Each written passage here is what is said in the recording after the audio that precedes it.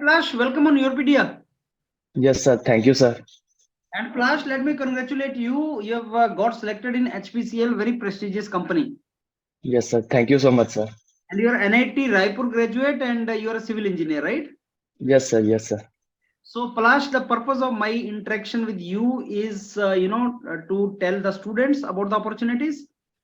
Students, as you already know, get, very inspired by people like you who achieve their targets and objectives and goals. और आप जो उनको बताओगे वो उनके लिए बहुत ज्यादा यूजफुल होगा।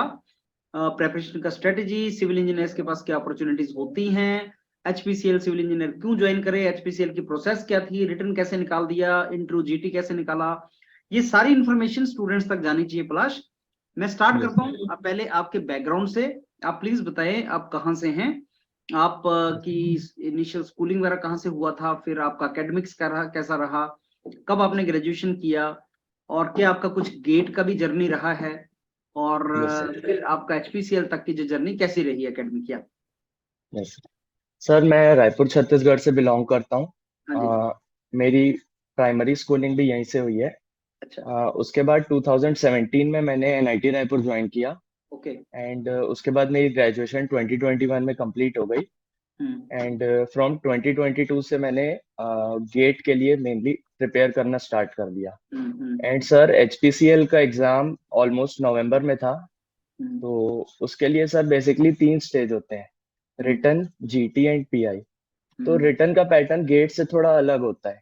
उसमें बेसिकली थ्योरेटिकल क्वेश्चंस ज्यादा पूछते हैं सिविल में एंड एप्टीट्यूड जो है वो बाकी गवर्नमेंट एग्जाम्स के जैसा ही आता है। तो सर सबसे पहले तो मैंने सिर्फ एक ही बार हुआ है उसका पेपर, तो सबसे पहले तो मैंने 2021 का उसका पेपर उठा के देखा कि कैसे क्वेश्चंस पूछते हैं।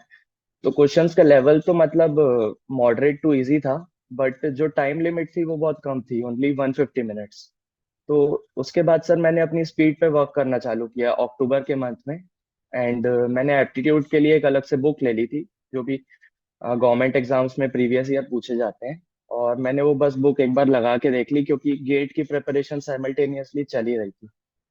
उसके बाद सर दिसंबर में मेरे बर्थडे के दिन मेल आया मुझे कि आपका सिलेक्शन हो चुका है, मतलब फर्स्ट राउंड में। देन सर जनवरी 17 जैन को इंटरव्यू था मेरा एंड ग्रुप टास्क। ओके। सो तो पलाश, ग्रुप टास्क और इंटरव्यू का मैं डिटेल में बाद में बात करूंगा।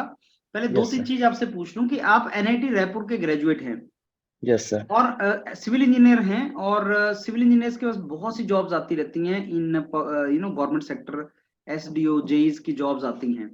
Yes sir. तो आप ये एचपीसीएल के या पब्लिक सेक्टर के बारे में आपने क्यों सोचा?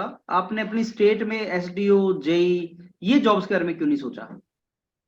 सर, स्टेट जॉब्स का तो एक ये रहता है कि प्रमोशन कोई गारंटीड नहीं है। मतलब वो बेसिकली मेरिट के बेसिस पे होता है एंड ऑल्सो सर एक पॉलिटिकल इंटरफेरेंस का हमेशा से पॉइंट आ जाता है।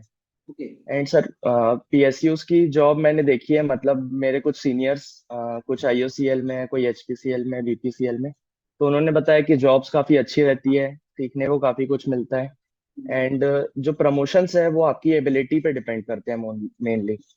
एंड सेंट्रल की जॉब है सर, सो जो पे रिवीजन है उसके कारण क्या बोलते हैं, सिक्योरिटी भी एक अच्छी हो जाती है, सैलरी भी अच्छी है।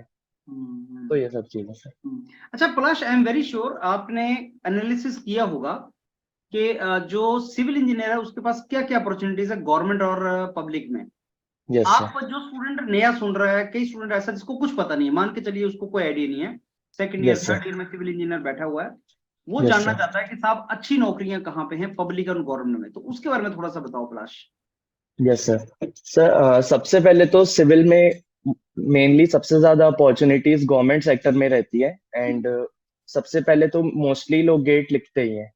गेट का क्या है कि वो थोड़ा न्यूमेरिकली बेस्ड होता है। उसके अलावा स्टेट में सब engineer, assistant engineer, junior engineer, ये सब जॉब्स हर साल निकलती है, बहुत वैकेंसीज निकलती है हर साल। तो उसके लिए एक अपने को अटेंटिव रहना चाहिए कैसे प्रिपेयर करना है, और हर एक एग्जाम का पैटर्न थोड़ा थोड़ा डिफरेंट होता है।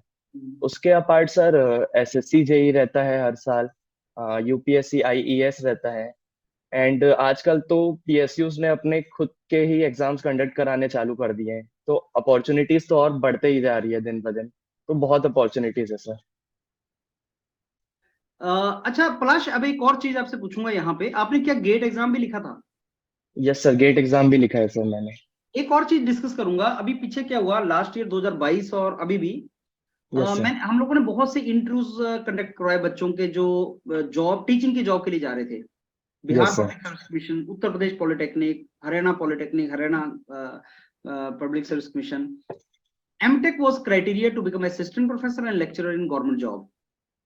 अब अगर सिविल इंजीनियर के पास, जैसे उसने गेट लिखा, नॉर्मली बच्चा फाइनल ईयर थर्ड ईयर में गेट लिखता है, उसके यस पास सर। एमटेक का ऑप्शन आया, यस तो सर। क्या उसको एमटेक उठा लेना चाहिए, एमटेक के साथ साथ तैयारी करनी चाहिए, या उसको बिना उसकी तैयारी करना चाहिए? आपका क्या मानना है?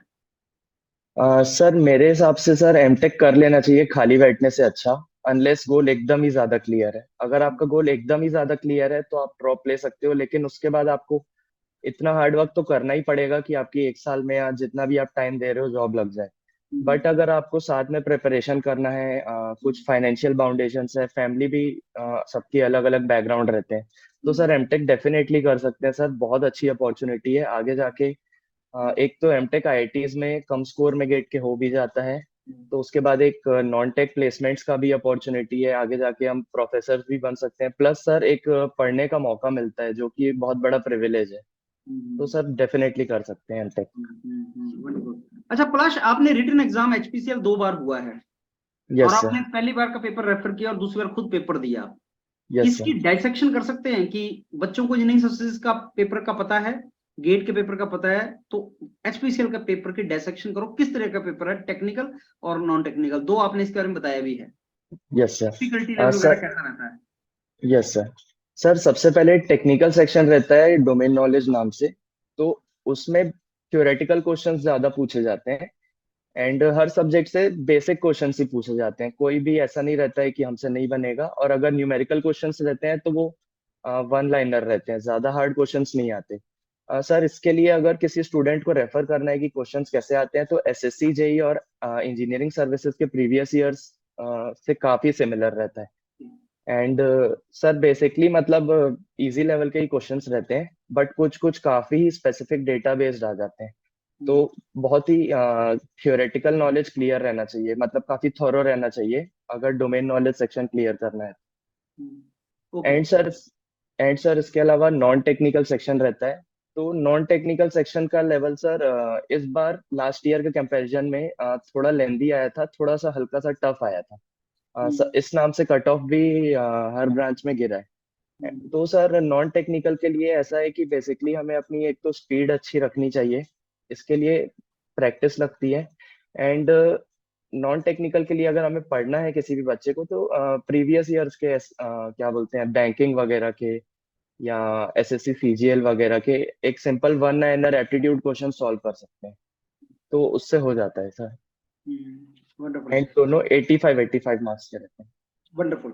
अब प्लस एक और क्वेश्चन जो आता है एचपीसीएल में, कि मेरा रिटर्न के पास ही क्लियर हुआ है सर, तो क्या मैं जीडी इंटरव्यू के लिए जाऊं कि ना जाऊं, तैयारी करूं कि ना करूं?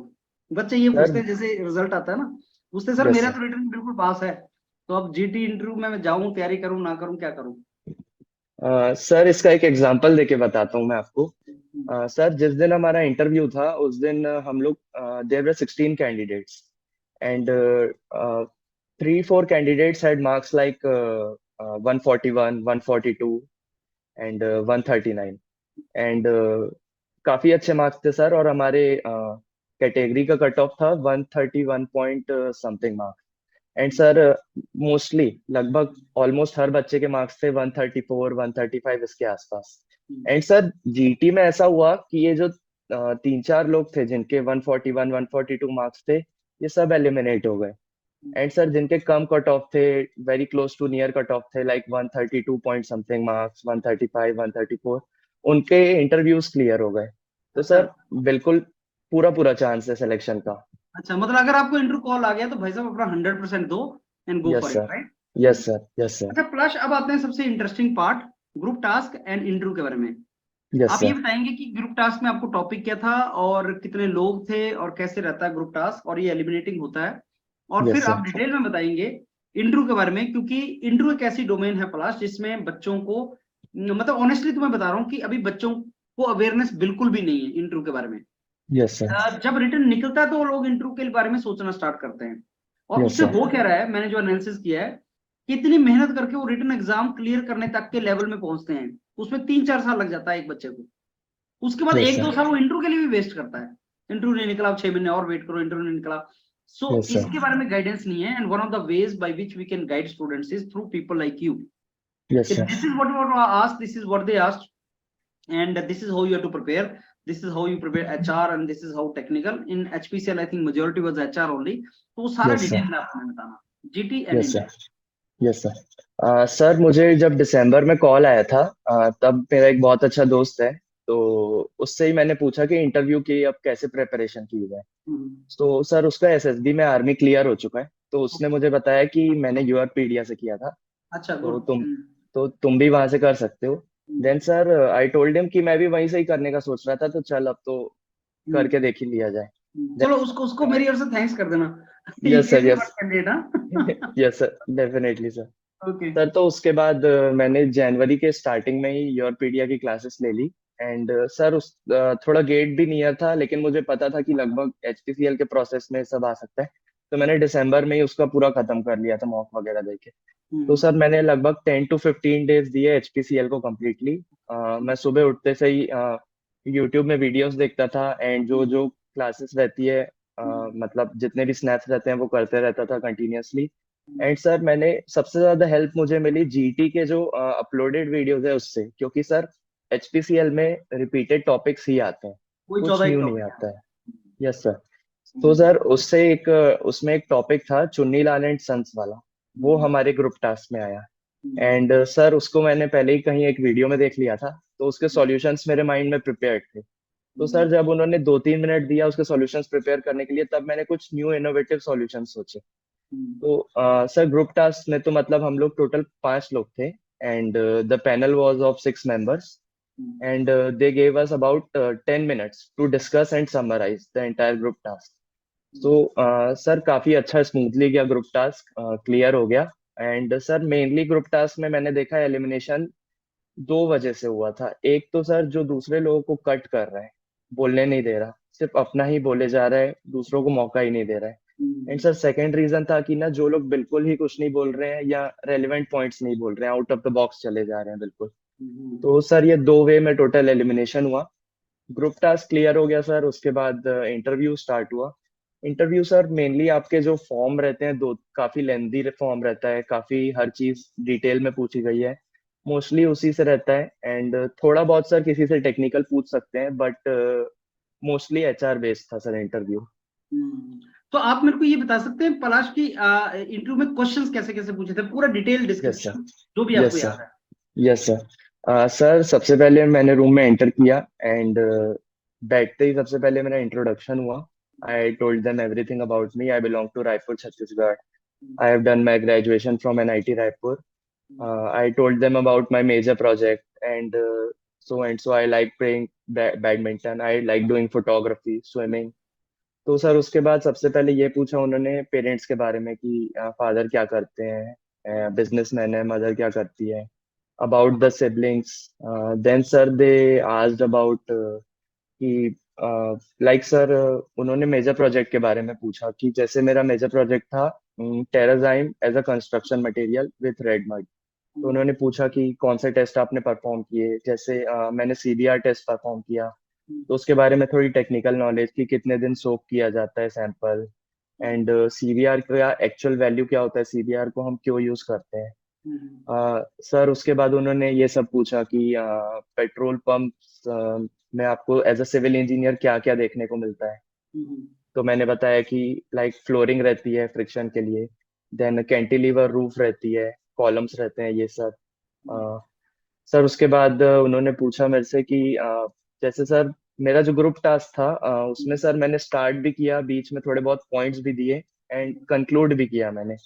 बट सर मतलब उन्होंने ऐसा बोला कि आपने लिखा है अपने क्वालिटीज में कि आप पेशेंट हो, लेकिन आपने स्टार्ट भी किया, बीच में भी दिया, एंड कंक्लूड भी किया, तो ये तो कहीं ना कहीं आपका क्या बोलते हैं कॉन्ट्राडिक्ट कर रहा है आपकी क्वालिटीज को जो आप कह रहे हैं। वही लोग तो वहां सर पे मैं बैठे हुए थे जो इंटरव्यू में थे। Yes sir, same look sir. तो उन्होंने ग्रुप टास्क से भी कुछ आप मतलब जो ऑब्जर्व किया वो चीजों पे भी उन्होंने थोड़ा ग्रिल किया कि जैसे आपने पेशेंट लिखा है लेकिन आपने किसी को बोलने नहीं दिया, उन्होंने बोला। तो सर मैंने बोला मैंने तो सबको बोलने दिया सर, सबके पॉइंट्स भी मैंने नोट किए, ऐसा भी नहीं है कि मैंने किसी को इंटरप्ट किया, सबको अपनी चांस मिली।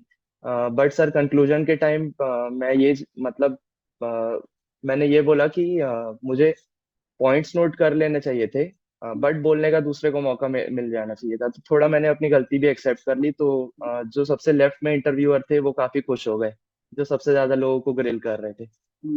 तो उसके बाद सर उन्होंने थोड़ा हॉबीज के बारे में पूछा कि जॉब के बाद कैसे कंटिन्यू करोगे, लाइक फोटोग्राफी। तो मैंने बताया कि वीकेंड्स वगैरह मैं कंटिन्यू करूंगा।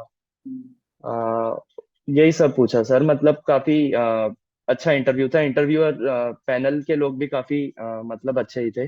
एकदम आपको रिलैक्स्ड एंड काम रख रहे थे। आप जैसे पैनिक भी कर रहे हैं तो आपको बोल रहे थे कोई बात नहीं, आराम से बोलो। तो काफी स्मूथली गया सर पूरा प्रोसेस। ओके। ओके पलाश, तो आप मेरे को बता सकते हैं पलाश, मार्क्स वगैरह आपके कैसे रहे थे रिटर्न में और जीटी में और इंटरव्यू में? Yes sir. सर रिटर्न में मेरे मार्क्स थे 135.78 एंड और कट ऑफ कितना ग्रुप था? का सर 131.82। अच्छा, आपके एमबी का था। 135 थे यस सर। और 131 जो था कट ऑफ था, यस तो सर। आप मतलब कट ऑफ के पास ही थे। Yes sir. Okay, yes sir. And GT में कितना गया था आपका? सर जीटी में हमारे ग्रुप का 2.8 मतलब 2.81 मार्क्स आए थे सर। एंड आप मतलब पूरे हाईएस्ट। ग्रुप को सेम मार्क्स मिलते हैं क्या? नहीं सर, सर 0.05 0.1 का डिफरेंस रहता है सबके मार्क्स में। मतलब ग्रुप टास्क में भी ऐसा नहीं है कि आपके मार्क्स सबके मार्क्स सेम आएंगे। अल्टीमेटली इंडिविजुअल परफॉर्मेंस ही मैटर करती है। सर एंड इंटरव्यू में 6.5 मार्क्स आए थे मेरे 10 में से। Okay, yes sir. And what about interview में कितना बताया आपने पीआई में? Sir 6.5 sir. Okay 6.5 marks. Okay yes okay sir. Okay Palash, so that was really wonderful entire information. अब कुछ भी मैसेज आप देना चाहें स्टूडेंट्स को जो आपको सुन रहे हैं Palash? Yes sir. Sir message बस यही देना है सारे स्टूडेंट्स को कि अल्टीमेटली जो भी गोल आप अचीव करना चाह रहे हो वो वर्थ इट है। तो आप उसके लिए लगे रहो बिना किसी की आसपास की सुने। अगर आपको लग रहा है कि मेरा हो जाएगा, आप अगर क्लियर हो अपने गोल्स को लेके, तो आप लगे रहो, डेफिनेटली हो जाएगा। और उसके बाद एक अलग ही फीलिंग आती है जब हो जाता है, तो बहुत अच्छा लगता है। That's it sir. चलो, दैट्स वंडरफुल पलाश। और थैंक यू। क्योंकि आप फ्रेश ग्रेजुएट हैं तो आपको यस सर। बहुत जल्दी अच्छा क्लिक मिला है, and I am very yes sure sir. You will make thank you full use sir. Of it and you will take thank you it sir. forward Palash, and you yes will sir. lead a very successful and good purposeful career. So let yes me sir. thank you thank you once sir. again Palash, आपने time दिया thank इस you sir. Interesting. Thank you. Sir आपके बिना होता ही नहीं sir, वो तो sir. चलो, yes that sir. is wonderful. So I'll thank catch you you sir. once again Palash. Thank you. Definitely sir. Thank you sir.